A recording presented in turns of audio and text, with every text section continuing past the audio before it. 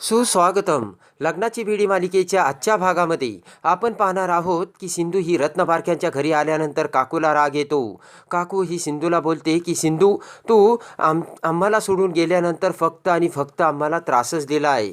ऋतुराज म्हणतो की सिंधू, तू फक्त आम्हाला दुःखच दिलंय.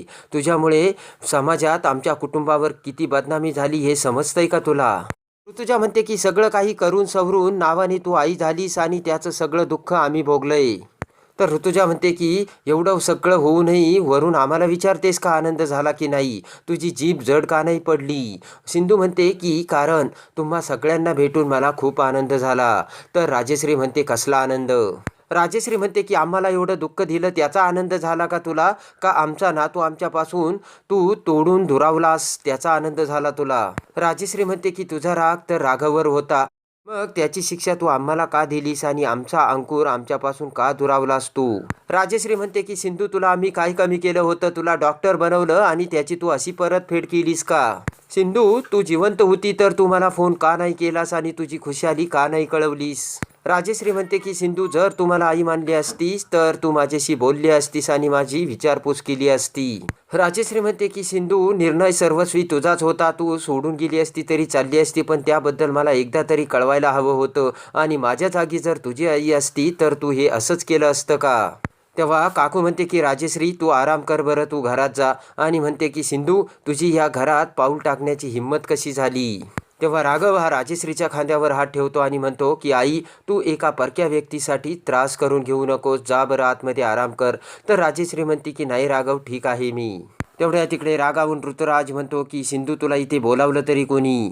तर लगेच मधू पुढे येत म्हणते की मी बोलावलंय. तेव्हा काकूसोबत सर्वांना मोठा धक्का बसतो. तेव्हा राघवला राग येऊन राघव मधूला हात धरत म्हणतो की आपण विनूला ट्रीटमेंटसाठी लंडनला घेऊन जात होतो ना, मग तू तरी का बोलावलंस? तर लगेचच मधू म्हणते की कारण मला माझ्या मुलाची काळजी होती राघव. अंकुर आपल्याला सोडून गेला आणि अंकुरला आपण गमावलं, तर पण आता मला विनूला गमवायचं नाहीये दुसऱ्यांदा. मधू म्हणते की आपण लंडनला डॉक्टरांकडे गेलो आणि त्यामुळे त्याची 100% गॅरंटी आहे का विनू बरा होणार आहे म्हणून? तेव्हा तुम्हा सगळ्यांना हे दिसत नाही का? तुमच्या डोळ्यावर तर फक्त रागाची पट्टीच बांधली असे आता मधू सर्वांना समजावते. मधू म्हणते की दहीगावावरून आल्यापासून विनू एकदाही छान हसला नाही. तो यामध्ये फसलाय आणि फक्त सावी आणि सिंधूचीच तो आठवण काढतोय. आणि सिंधूने इकडे तर प्रूव्ह केलंच की तिच्या ट्रीटमेंटने त्याला आराम मिळतोय आणि त्याला सुद्धा सिंधूकडून ट्रीटमेंट घ्यायची, म्हणून मी सिंधूला फोन करून इथे बोलावल्याचे मधू आता सर्वांना सांगते. तर इकडे सावी आणि सिंधू घरातून जात असताना सिंधूचा मोबाईल वाजतो. तर लगेचच सिंधू ही बेडरूममध्ये येते आणि तो मधूचा फोन असल्याचे सिंधूला समजते. तर मधू काही तो फोन उचलत नसते. तेव्हा मंगेश सिंधूला म्हणतो की फोन घे आणि तो स्पीकरवर टाक. तर लगेचच सिंधू ही मधूचा फोन उचलते. तेव्हा मधू म्हणते की सिंधू, तू आता कुठे असेल? तर तू आता पुण्याला येऊ शकतेस का? तेव्हा सिंधू म्हणते काय झालं? तेव्हा मधू म्हणते की विनू बेशुद्ध पडलाय. मधू म्हणते की त्याला तुझी गरज आहे सिंधू, तूच फक्त त्याला बरी करू शकतेस, तेव्हा तू इकडे ये. मधू म्हणते की या अवस्थेत तो फक्त आणि फक्त तुझेच नाव घेतोय, तेव्हा प्लीज तू इकडे ये सिंधू. तेव्हा सिंधू म्हणते की मी विनूची ट्रीटमेंट केल्याचे त्याचे बाबांना चालणार नाही. तर मधू म्हणते की अगं सिंधू, असं काय करतेस? विनूला आता तुझी गरज आहे आणि मी विनूची आई म्हणून तुला इथे बोलावते असे आता मधू सिंधूला बोलते. तर मधू म्हणते की तू राघवची काही काळजी करू नकोस, मी सर्व हँडल करते, प्लीज तू इथे. मधू ही सिंधूला म्हणते की अगं मी तुझ्या समोर हात जोडते, पण प्लीज तू पुण्याला ये. तेव्हा सिंधू फोन कट करते. तर मंगेश म्हणतो की सिंधू, आता तू काय करणार आहेस? त्यानंतर लगेच सिंधूच्या डोळ्यात पाणी आलेलं असतं आणि सिंधू कपाटातून राघव आणि तिच्या मुलाचा म्हणजे अंकुरचा फोटो काढते. सिंधू त्या फोटोकडे बघत विचार करते की राघवला असं वाटतंय की माझ्यामुळे एका अर्थाने त्यांनी त्यांचा पहिला मुलगा गमावलाय, तेव्हा आता मी त्यांच्या दुसऱ्या मुलाला काहीच होऊ देणार नाहीये. तेव्हा मंगेश हा सिंधूला म्हणतो की माझा तुझ्यावर पूर्ण विश्वास आहे, तू विनूला नक्कीच बरं करशील. ते सर्व आता सिंधूच्या डोळ्यासमोर आठवून मधू ही सर्वांना सिंधूला कशी घेऊन आली हे सांगते. तेव्हा काकू म्हणते की राणी, तुला काय झालंय? तू हे असं का वागतेस? तर मधू म्हणते की तुम्हाला विनूची अवस्था समजत नाही का? तुम्हाला सिंधूच्या त्या रागापेक्षा विनू जास्त प्रिय नाहीये का? मधू म्हणते की तुम्हाला कळतंय का, जेव्हा विनूने सिंधूला बघितलं तेव्हा विनू त्याच्या पायावर उभा राहिला आणि एवढंच नाही तर चालत तो दरवाजापर्यंत सुद्धा गेला. राघव, हे मिरॅकल नाहीये का?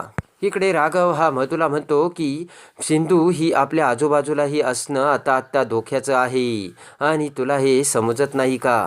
तर मधू म्हणते की तुला दिसत नाही का राघव? तेव्हा राघव म्हणतो की मला सगळं दिसतं आणि सगळं कळतंय.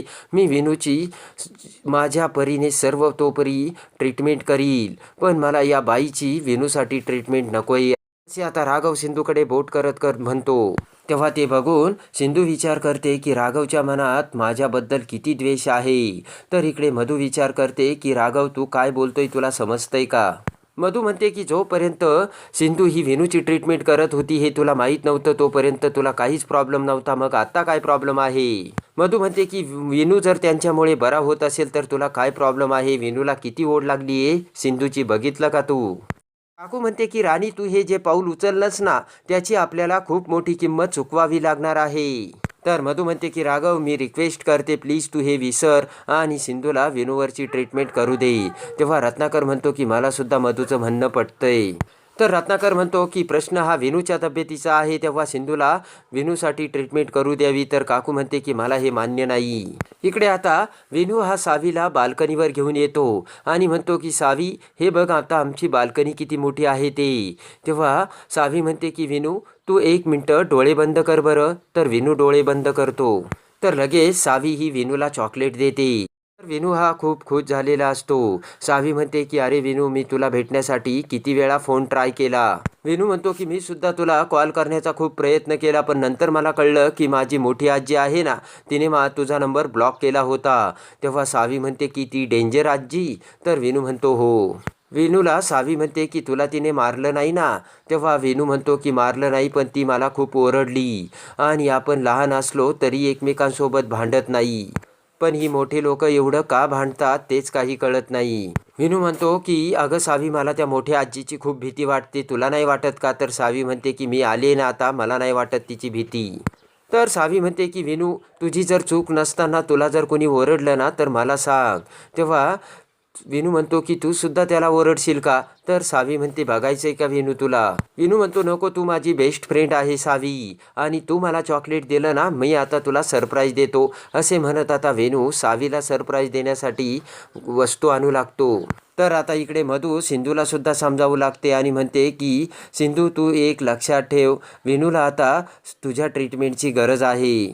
इकडे आता मधूने राघवला सुद्धा समजावल्यामुळे राघव हा ब्लँक चेक घेऊन येतो आणि म्हणतो की डॉक्टर सिंधू या ब्लँक चेकवर तुम्हाला लागल तेवढे पैसे घ्या आणि हे घर सोडून लगेचच निघून जा. असे म्हणत राघव तो चेक सिंधू पुढे धरतो आणि फेकून देतो सिंधूच्या तोंडावर. तेव्हा लगेचच सिंधू रागाने तो चेक उचलते आणि राघवकडे बघते. त्यानंतर तो चेक राघव समोर धरत सिंधू म्हणते की IPS राघव रत्नबारकी माझ्या लेकी तुमच्या पैशाची किंमत. असे म्हणत लगेच सिंधू तो चेक फाडते आणि त्याचे तुकडे राघवच्या अंगावर फेकते. तर लगेचच सिंधू रागाने तेथून निघून जाते. तेव्हा आता विनूची तब्येत इकडे पुन्हा बिघडते. तर आता राघवचा सुद्धा नाविलाज झालेला असतो आणि राघव पुन्हा सिंधूकडे येत म्हणतो की डॉक्टर सिंधू विनूच्या तब्येतीसाठी तुम्ही माझ्या घरी येता की नाही मला एवढं सांगा. तर राघव म्हणतो की मी विनूचा बाबा या हक्काने इथे आलो आहे. सिंधू म्हणते की विनूची यामध्ये काही चूक नाहीये, त्याच्यामुळे याची शिक्षा त्याने भोगायला नकोय. सिंधू म्हणते की विनूच्या ट्रीटमेंटसाठी तर मी काहीच कमी पडू देणार नाही, पण आपल्यात फक्त डॉक्टर आणि एका पेशंटच्या बाबाचं नातं असेल. ही जर अट तुम्हाला मान्य असेल तरच मी विनूची ट्रीटमेंट करायला तयार असल्याचे सिंधू राघवला बोलते. तर आता अखेर राघव हा सिंधूला विनूच्या ट्रीटमेंटसाठी घेऊन जायला आलेला असतो.